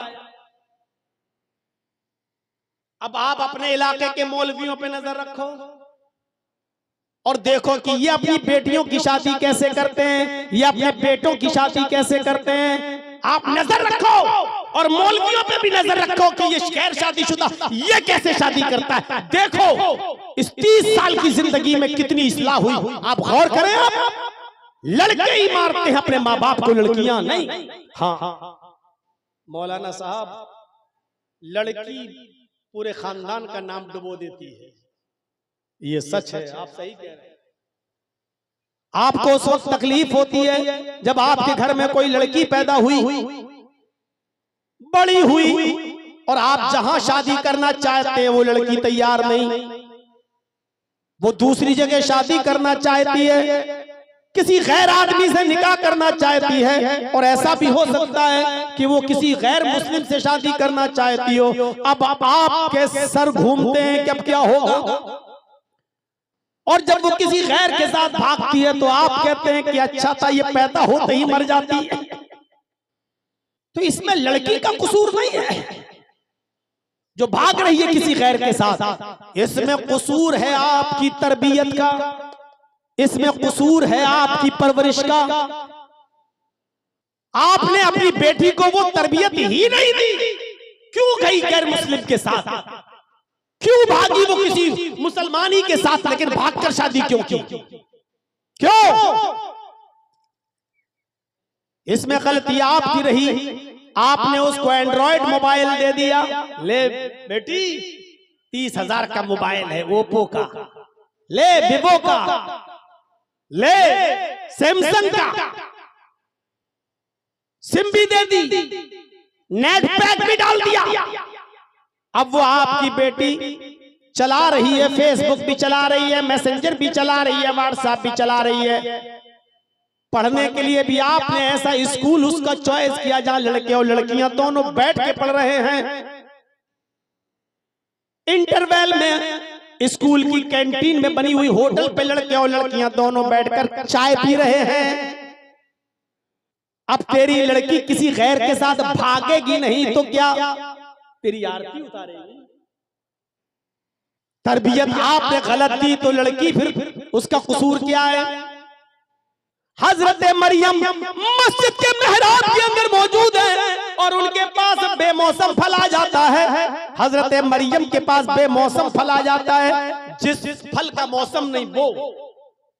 हजरत जकरिया ने देखा ये फल, कहने लगे आए मरियम ये फल कहां से आए तेरे पास? अन्ना लके हाजा, आए मरियम ये फल तेरे पास कहां से आए? सेब का मौसम नहीं, सेब कहां से आया? आम का मौसम नहीं, आम कहां से आया? लीची की फसल नहीं, लीची कहां से आई? अंगूर का मौसम नहीं, अंगूर तेरे पास कहां से आ गया? आए मरियम बता ये फल कौन लाया तेरे पास? हजरत मरियम जवाब देती हैं क़ालत हुवा मिन इंदिल्लाह, आए मेरे सरपरस्त, आए मेरी परवरिश करने वाले, मुझे खिलाने पिलाने वाले, मेरा ख्याल रखने वाले, आए ज़करिया, ये तमाम की तमाम नेमतें अल्लाह के पास से आई हैं, कोई फरिश्ता रख कर गया है। आप गलत ना समझो, मेरा किसी लड़के के साथ कोई गलत ताल्लुक नहीं है, ये कोई मुझे ताल्लुक में नहीं दे गया, कोई लड़का नहीं दे गया, ये सारी नेमतें मुझे अल्लाह की तरफ से मिली हैं। हजरत ज़करिया ने कैसी परवरिश की थी और उससे पूछ रहे हैं ये फल कहां से आया? किससे? ज़करिया किससे पूछ रहे हैं? मरियम से। कौन मरियम? जिनको अल्लाह ताला ने बगैर शौहर के बेटा दिया ईसा, वो मरियम जिनके पेट से बगैर शादी के बगैर शौहर के मरियम को बेटा दिया ईसा। जब उनके ऊपर इल्जाम लगा कि मरियम जानिया बदचलन ने बगैर शादी के बच्चा पैदा कर दिया, तो मरियम की पाक दामनी का ऐलान अल्लाह रब्बुल आलमीन ने किया कि नहीं, मरियम पाक दामन है, ईसा अल्लाह के कलमे से पैदा हुए, अल्लाह के हुक्म से पैदा हुए हैं, मरियम गलत नहीं है, मरियम गलत नहीं है। जिनकी पाक दामनी का ऐलान अल्लाह ने किया, जब उससे सवाल हो सकता है, जिसके पाक दामन होने का ऐलान अल्लाह ने किया, जब उससे पूछा जा सकता है कि ये फल तेरे पास कहां से आए, तो आए लड़कियों के माँ बाप, तुम अपनी बेटियों से क्यों नहीं पूछ सकते हो ये कपड़ा कहां से आया, ये दुपट्टा कहां से आया, ये मोबाइल कहां से आया, मोबाइल में ये कवर कहां से आया? तेरे मोबाइल में बैलेंस नहीं था, इस मोबाइल में बैलेंस किसने डाला? क्या तुम अपनी बच्चियों से, अपनी बेटियों से सवाल नहीं कर सकते? और नहीं करोगे तो तुम्हारा नाम डुबोएंगी और गैरों के साथ भागेंगी, तुम्हारी आरती नहीं उतारेंगी। तरबियत जहां लड़कियों के लिए, लड़कों के लिए भी होनी चाहिए, लड़कियों पर भी नजर हो तो लड़कों पर भी नजर हो। हजरत यूसुफ अलैहिस्सलातु वस्सलाम को उनके सारे भाई लेकर गए, चलो, और जंगल में ले गए और सबने सलाह करके यूसुफ को कुएं में फेंक दिया और दूसरी कमीज उतारी और उसमें खून लगा कर ले आए और घर पे आके कह दिया बाप से, याकूब से, यूसुफ को हमने अपने सामान के पास छोड़ दिया था और यूसुफ को भेड़िया खा गया। भेड़िए ने नोच डाला यूसुफ को। याकूब अलैहिस्सलाम समझ गए, कुर्ते का खून देखा, सूंघा, समझ गए न ये कुर्ता वो है और न ये खून बकरी का है, ये तो रंग लग रहा है। वो यूसुफ के कुर्ते को अच्छी तरीके से पहचानते थे। इन लोगों ने, भाइयों ने यूसुफ को जब फेंका तो कुर्ते समेत फेंका, लेकिन जब कुएं में फेंक दिए तो बाद में याद आया कि अब बाप को सबूत क्या देंगे, तो एक दूसरी कमीज, दूसरा कपड़ा उसी रंग का खरीद के उसमें रंग लगा लाए, कलर लगा लाए, बिदमिन कज़िब, झूठा खून लगा लाए और अपने बाप को पेश किया। लेकिन बाप ने कुछ नहीं कहा, वो समझ गए न कमीज वो है न खून असली है। लेकिन बेटों से कुछ नहीं कहा, सब्र करते रहे, सब्र करते रहे और अपने बेटे के लिए दुआ मांगते रहे। और इधर हाल ये हुआ कि यूसुफ अलैहिस्सलातु वस्सलाम को एक काफिला आया, उसको पानी निकालना था, कुएं में उसने डोल डाला और जब खींचा तो यूसुफ अलैहिस्सलाम उसी डोल में बैठ गए। जब खींचा तो भारी लगा, बहरहाल खींच कर निकाला गया तो देखा कि यूसुफ है, लड़का है। तो खुश हो गए ये काफिले वाले और कहने लगे बुशरा हाज़ा गुलाम, खुशी हो, हमें तो फ्री फंड में एक गुलाम मिल गया, चलो इसको बाजार में बेच देंगे, कुछ कीमत मिल जाएगी। जल्दी जल्दी वो इसको लेकर मिस्र के बाजार में पहुंचे। खूबसूरत थे यूसुफ अलैहिस्सलाम, छोटे थे लेकिन बड़े खूबसूरत थे और मिस्र के बाजार में बेच दिए गए और बादशाह के घर तक पहुंच गए। बादशाह मिस्र ने खरीद लिया, बहुत सस्ते में खरीदा। वशराहु बिसमनिन बख्सिन दराहिम मादूदा। चोरी का कोई मोबाइल हो, अगर मुझे चोरी का मोबाइल मिल जाए, चाहे उसकी कीमत 1 लाख हो, तो जल्दी से उसको बेचने की कीमत, अरे ला यार 10,000 दे ले यार, तो 1 लाख की चीज 10,000 में, अभी जो 10,000 मिल रहा है वो भी कहीं पकड़े गए तो वो भी नहीं मिलेंगे। तो ये लड़का हाथ लग गया, कोई असली मालिक ना आ जाए वरना लड़का ले जाएगा छीन के, इसलिए जो मिल रहा है ले लो। चंद दिरहमों में यूसुफ को बेच दिया गया। यूसुफ अलैहिस्सलाम जब बादशाह मिस्र के घर में आए तो बीवी उनकी देखी तो देखती रह गई, बड़े खूबसूरत है यूसुफ, लेकिन छोटे हैं। वो उनका ख्याल रखने लगी, खिलाने लगी, पिलाने लगी, बड़ा करने लगी। यूसुफ जैसे जैसे बड़े होते गए उनकी खूबसूरती भी वैसे वैसे बढ़ती गई। हालांकि होता उल्टा है, बच्चा छोटेपन में खूबसूरत होता है, बड़ा होता जाता है तो खूबसूरती कम होती जाती है, लेकिन यूसुफ के साथ उल्टा हुआ। यूसुफ जैसे जैसे बड़े होते जा रहे हैं खूबसूरती बढ़ती जा रही है और जब जवान हो गए तो बादशाह मिस्र की बीवी ही उनके ऊपर मर मिटी। बादशाह की बीवी फरेफ्ता हो गई, बरगलाने लगी, बहकाने लगी, लेकिन यूसुफ हाथ नहीं आए। एक दिन कहने लगी चलो अंदर चलो, तुमसे बहुत जरूरी काम है। सोचा ये हमारी मालिकन है, चलो क्या काम होगा। वो अंदर ले गई, ये दरवाजा बंद, आगे ले गई, वो दूसरा दरवाजा बंद, फिर एक और कमरे में ले गई, उसका दरवाजा बंद, फिर एक और कमरे में ले गई, उसका दरवाजा बंद, कई दरवाजों के अंदर ले गई। गल्लक़तिल अबवाब, कुरान में जमा इस्तेमाल हुआ है, उसने सारे दरवाजे बंद कर दिए। इसका मतलब एक दरवाजा नहीं था, कई दरवाजे थे, उसने सारे दरवाजे बंद कर दिए ताकि भाग ना पाए यूसुफ। और जैसे वहां पहुंचती है बंद कमरे में, वही कहने लगती है यूसुफ आ जाओ, कितने जमाने से हम तुम्हारे बालिग होने का इंतजार कर रहे, तुम्हारे बड़े होने का इंतजार कर रहे हैं। यूसुफ आओ, मेरी प्यास बुझाओ, आओ मुझसे मिलो। यूसुफ अलैहिस्सलाम ने फरमाया महाज़ अल्लाह, अल्लाह की पनाह, मैं ये काम नहीं कर सकता। उसको जुनून, कैसे नहीं करोगे। यूसुफ भागे, पहला दरवाजा खोलने में कामयाब, वो भी भाग रही है। यूसुफ ने दूसरा दरवाजा खोला, उसमें भी कामयाब, तीसरा दरवाजा खोला और भागने में उधर से भी कामयाब, चौथा दरवाजा खोला, उधर से भी भागने में कामयाब। आखिरी दरवाजे पर पहुंचे, तब तक इसने पीछे से दामन पकड़ लिया, पीछे से दामन पकड़ लिया और यूसुफ अलैहिस्सलाम ने दरवाजे का कुंडा जो होता वो पकड़ लिया, इधर खींचा यूसुफ को। बादशाह मिस्र की बीवी ने ऐसे खींचा तो यूसुफ ऐसे दरवाजा पकड़े थे, ऐसे खींचते हुए उसके ऊपर गिर गए, दरवाजा भी खुल गया। जब दरवाजा खुला तो सामने बादशाह खड़ा है, मिस्र का बादशाह, उस औरत का शौहर। हालत ये थी कि वो औरत नीचे गिरी है, यूसुफ अलैहिस्सलाम उस औरत के ऊपर गिरे हैं और सामने दरवाजा खुला है और दरवाजे पर बादशाह खड़ा है। फौरन खड़ी होती है और इल्जाम लगाते हुए कहती है कि आए मेरे शौहर, आपकी बीवी पर अगर कोई गलत नजर डाले और गलत इरादे से उसको पकड़ने की कोशिश करे, उसके साथ जिना करने की कोशिश करे, तो उसकी सजा क्या होनी चाहिए सिवाय जेल खाने के। बादशाह मिस्र को यकीन नहीं आया, बचपन से देख रहा है, यकीन नहीं आया कि ऐसा कैसे कर सकता है।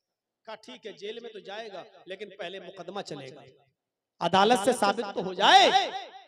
जब मुकदमा दायर किया गया तो बादशाह के करीबी जज ने जो फैसला सुनाया वो ये सुनाया कि आए बादशाह सलामत, यूसुफ सच्चा है या झूठा, तेरी बीवी सच्ची है या झूठी, तो उसको पहचानने का एक ही तरीका है, यूसुफ का कुर्ता देखा जाए, यूसुफ की कमीज देखी जाए। अगर वो कमीज पीछे से फटी है तो यूसुफ सच्चा है, तेरी बीवी झूठी, और अगर वो कमीज आगे से फटी है तो यूसुफ झूठा है और तेरी बीवी सच्ची। कुर्ता मंगाया गया भरी अदालत में, जब कमीज चेक की गई तो वो कमीज पीछे से फटी थी, उसने खींचा था ना पीछे से, खींचा तो कुर्ता फट गया, कमीज फट गई। तो बादशाह ने समझ लिया, कहने लगा कि तुम औरतों की चालें बड़ी खराब हुआ करती हैं, बड़ी धोखेबाज होती है तुम औरतें, और एक बेगुनाह बेकसूर को तुम जेल में डलवाती हो, जेल में डलवा रही थी। तौबा कर, इस्तिगफार कर और आइंदा ऐसी गलती मत करना। बादशाह ने नजरअंदाज कर दिया, लेकिन इस फैसले के बाद बादशाह की बीवी बदनाम हो गई, सारी औरतों में चर्चे हो गए, मिस्र की औरतों में। लो, एक नौकर को, एक गुलाम को दिल दे बैठी, एक गुलाम से उसने दिल लगी कर ली, एक गुलाम से के पास जाकर गलत काम करने के लिए चली गई। बताओ, घर का नौकर उसके साथ। जब ये बदनामी वो बर्दाश्त न कर सकी तो उसने सारी मिस्र की औरतों की दावत कर दी, दस्तरखान बिछा दिया, सबके सामने प्लेटें रख दी, प्लेटों में फल रख दी और फल को एक एक छुरी रख दी और इन औरतों से कहा कि फलों को काटो। मिस्र की औरतें जब फल काटने लगी तो यूसुफ से बादशाह की बीवी ने कहा, है यूसुफ, इन औरतों के सामने से गुजर जाओ, इन औरतों के सामने से निकलो। यूसुफ अलैहिस्सलाम उन औरतों के सामने से जब गुजरे तो क्या देखते हैं, मिस्र की सारी औरतें उन्हीं को देखने लगी, और जब मिस्र की औरतें यूसुफ को देखने लगी तो खूबसूरती देखकर मिस्र की सारी औरतें भूल गईं कि हम किसको देख रहे हैं, फल काट रहे हैं या उंगली। वो छुरियां तो उंगली पे चला रही थी और ये सोच रही थी कि फल कट रहा है, हालांकि फल तो कब का कट गया है, अलग हो गया है। बजाय फल काटने के वो अपनी उंगलियों को काटने लगी और यूसुफ को देखती रह गई, छुरी उंगलियों पे चलने लगी, कहने लगी, मां हाजा बशरा, ये इंसान नहीं है, ये तो कोई फरिश्ता नजर आता है। अब बादशाह की बीवी ने कहा, और तो बताओ तुम्हारा दिल इस नौजवान पर आया या नहीं आया? आ गया, हम खुद इसके दीवाने हो गए। अभी तो सिर्फ बादशाह की बीवी दीवानी थी, अब जितनी औरतों ने देखा सब उसकी दीवानी। बादशाह की बीवी बोली, अब तुम ही बताओ कि मैं अपने दिल को कैसे समझाऊं? तुमने तो एक झलक देखी है, तुम इसकी दीवानी हो गई हो। मेरे घर में तो छोटा था तब से पल रहा है और मैं इसके बालिग होने का इंतजार करती रही, और जब ये बालिग हुआ तो मैं इससे अपनी उम्मीद पूरी करने के लिए इसको बुलाने लगी, तो इसने मना कर दिया। तुमने एक झलक देखी तो तुम अपने आप को कंट्रोल नहीं कर पा रही हो। मेरे दिल से पूछो कि मैं कैसे कंट्रोल करके रहती हूँ। और सबके सामने ऐलान कर रही है ये औरत, बादशाह की बीवी, सुन लो, अगर इस लड़के ने, इस आदमी ने अगर मेरी ख्वाहिश पूरी नहीं की, मेरी बात न मानी, तो जिंदगी भर जेल में सड़ेगा, जिंदगी भर जेल खाने में कैद करवा दूंगी, इल्जाम लगा लगा कर इसको जेल पहुंचा कर मानूंगी और पूरी जिंदगी इसकी जेल में गुजर जाएगी। अब यूसुफ अलैहिस्सलाम के सामने दो रास्ते थे, या तो बादशाह की बीवी की बात मान ले और 5 उंगली घी में। भाई बादशाह की बीवी अगर उसको सपोर्ट करने लगे तो कितना वो आराम में होगा, कितने आराम से जिंदगी गुजारेगा। या तो फिर बादशाह की बीवी की बात ना माने तो जिंदगी भर जेल में।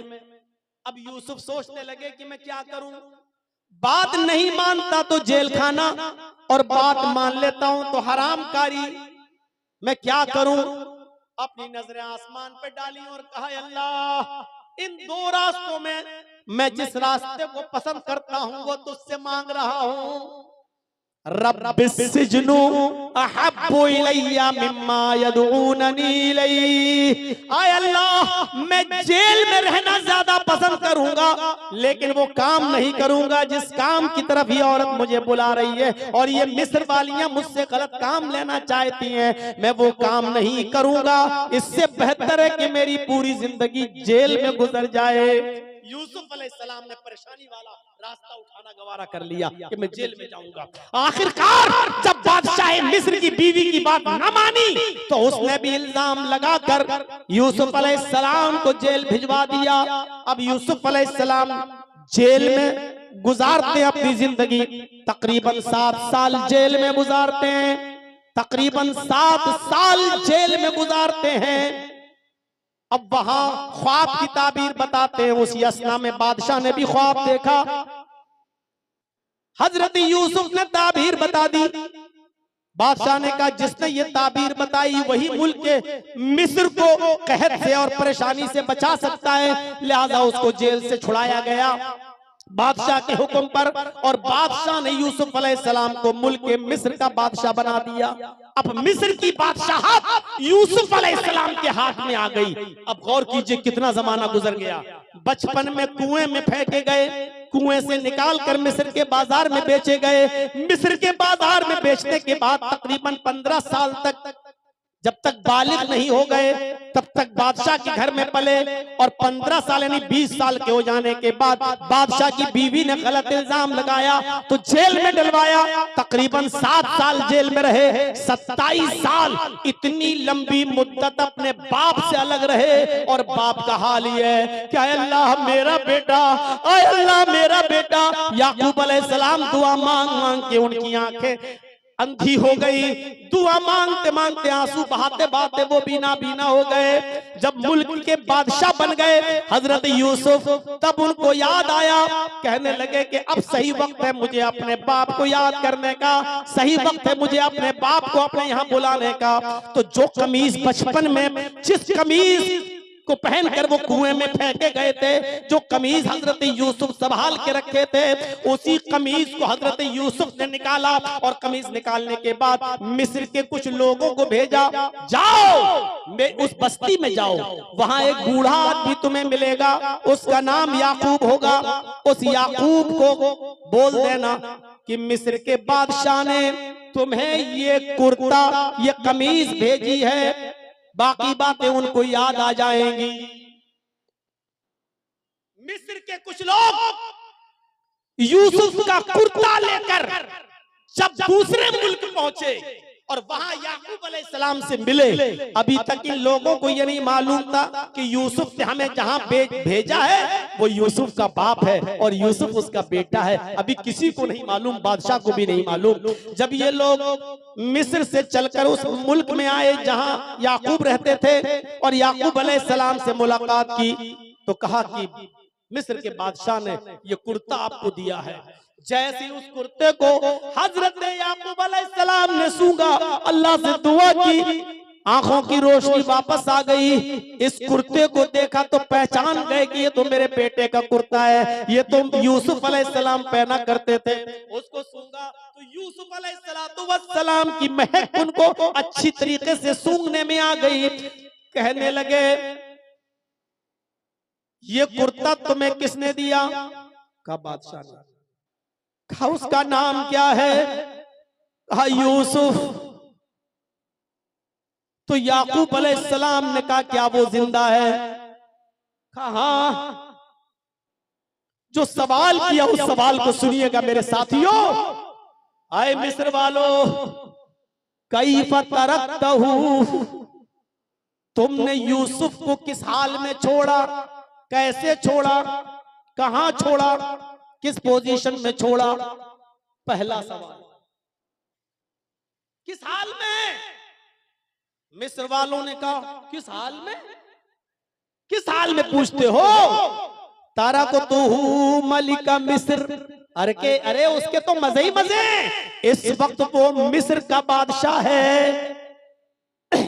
इस वक्त यूसुफ मिस्र का बादशाह है। तरकतुहू मलिका मिस्र, मैंने मुल्क मिस्र के बादशाह की हालत में छोड़ा है। याकूब अलैहिस्सलाम की आंखों में आंसू आ गए और रोते हुए कहते ला अस्अलुकुम मन हाजा, मेरे पूछने का ये मतलब नहीं कि वो बादशाह है, गवर्नर है, क्या है, ये नहीं पूछना चाहता हूं मैं कि वो क्या है। ये मत बताओ मुझे कि वो क्या है। अस्अलुकुम अन ये दीन इन तरकतहू, मैं ये जानना चाहता हूं कि यूसुफ को तुमने किस दीन पर छोड़ा है, किस दीन की वो किसकी इबादत करते हैं, उनका काम क्या है। यूसुफ इतने बड़े हो गए, मुल्क के मिस्र के बादशाह बन गए, कहीं अय्याश तो नहीं, जिनाकार तो नहीं, क्योंकि आजकल अय्यारों, मक्कारों, अय्याशों और नाजायज और गलत लोगों के हाथों ही में हुकूमत आती है। कहीं यूसुफ गलत तो नहीं है। किस दीन पर तुमने उनको छोड़ा?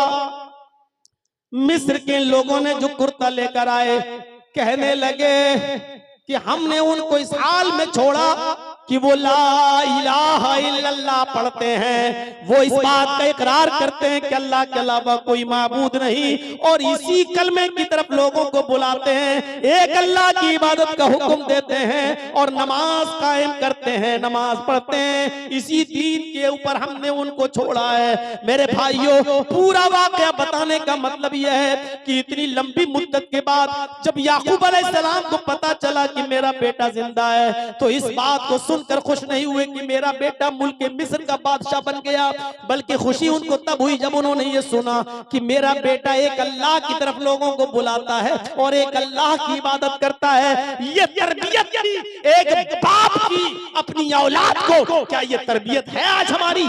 अपनी औलाद को क्या ये तरबियत आप देते हैं? क्या ये हक है आपको पूरा कि अपनी औलाद को इस तरीके की तरबियत दें?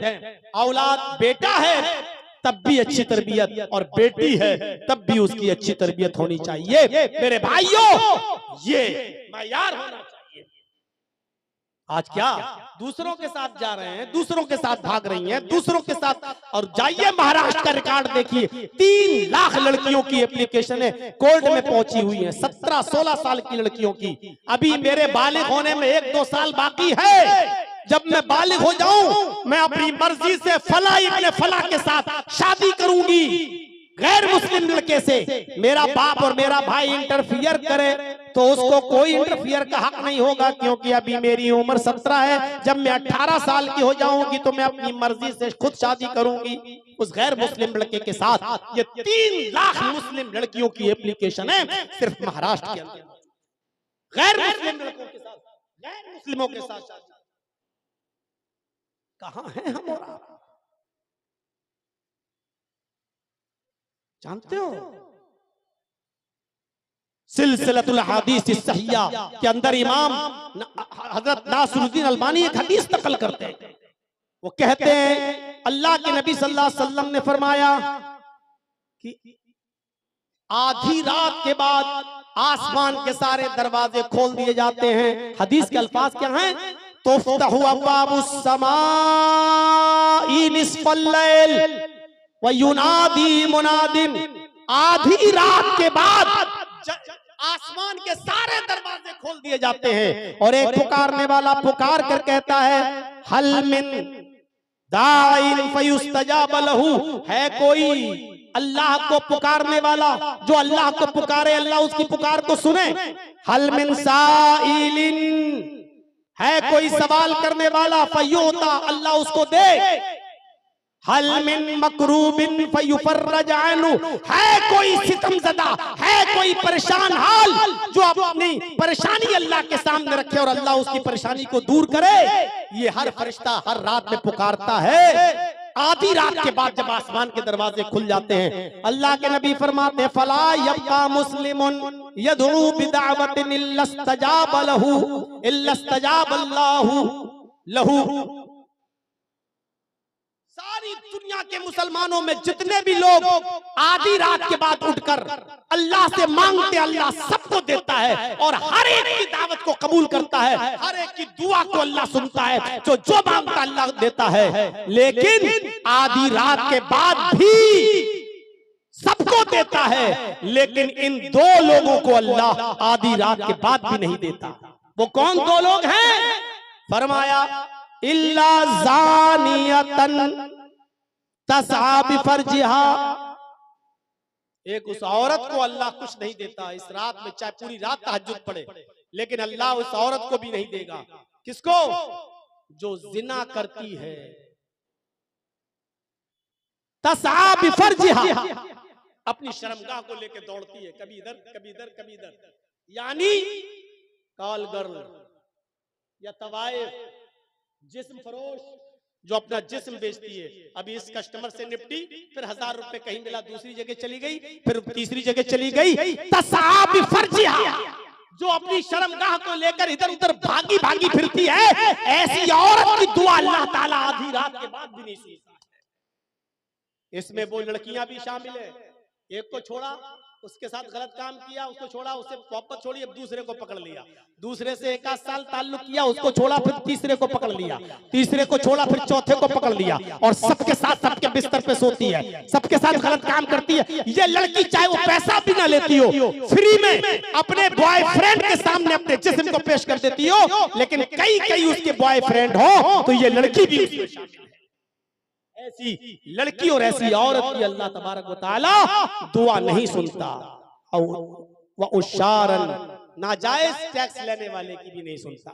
हमारे घर के बाहर दरवाजा लगा है, हमने रोक लगा दी, नहीं साहब आप यहाँ से नहीं गुजर सकते हो। क्यों? अगर गुजरना तो 100 रुपए दो। रास्ता सबका, लेकिन हम पावरफुल है, हम नहीं निकलने देंगे साहब। क्यों? अरे मेरे घर के सामने दरवाजा है, मैं नहीं जाने दूंगा, मेरे घर के सामने रोड है, मैं नहीं निकलने दूंगा। नाजायज वाला, नाजायज तरीके से वसूली करने वाला एक इस आदमी की दुआ भी अल्लाह रब्बुल आलमीन नहीं सुनता है, दुआ कबूल नहीं करता है। मेरे नौजवानों, आखिरी चीज बता रहा हूं तुम्हें, सुनते चलो। जिस तरह लड़कियां आज बिगड़ रही हैं समाज और सोसाइटी के अंदर, लड़के भी आज उनका माहौल खराब है। तुम दूसरों की माँ बहन बेटियों को गलत नजर से देखोगे तो तुम्हारी माँ बहन बेटियां भी महफूज नहीं रहेंगी। यही इजराइल 48 साल का एक यहूदी इजराइल के एक शहर ईलात के अंदर जाता है, बिजनेस करता था। बिजनेस ईलात इजराइल का एक शहर है, बहुत मशहूर शहर है, जैसे हिंदुस्तान का एक शहर है गोवा, बहुत नंगा शहर है। हिंदुस्तान में सबसे ज्यादा गंदगी अगर आपको मिलेगी जिस्म के एतबार से तो गोवा में मिलेगी, बंबई अम्बई कुछ नहीं है उसके आगे। और पूरी दुनिया का सबसे ज्यादा नंगा शहर पेरिस, अमेरिका कुछ नहीं है, दुनिया का सबसे ज्यादा गंदा शहर पेरिस, और हिंदुस्तान का सबसे गंदा शहर गोवा। वहां के जू पे चले जाओ, समंदरी इलाके में चले जाओ, तो हल्का सा तार भी नहीं रहेगा जिस्म पर, पूरी न्यूड नेकेड नंगे लड़के और नंगी लड़कियां समंदर के किनारे आपको पड़े हुए मिलेंगे। ऐसा ही इजराइल का एक शहर है जिसका नाम है ईलात। उस ईलात की एक 5 स्टार होटल में ये 48 साल का एक आदमी जो बिजनेसमैन था जाता है और होटल के मैनेजर से मिलकर कहता है कि हमारे लिए किसी कॉल गर्ल का इंतजाम करो, घर का खाना कब तक खाएंगे, आज बाहर का खाना खाना चाहता हूं। अय्याशी के इरादे से उसने कहा कैसी लड़की चाहिए? कहा लड़की खूबसूरत होनी चाहिए। कहा ठीक है आपको खूबसूरत लड़की मिल जाएगी। कब का? पूरी रात के लिए चाहिए।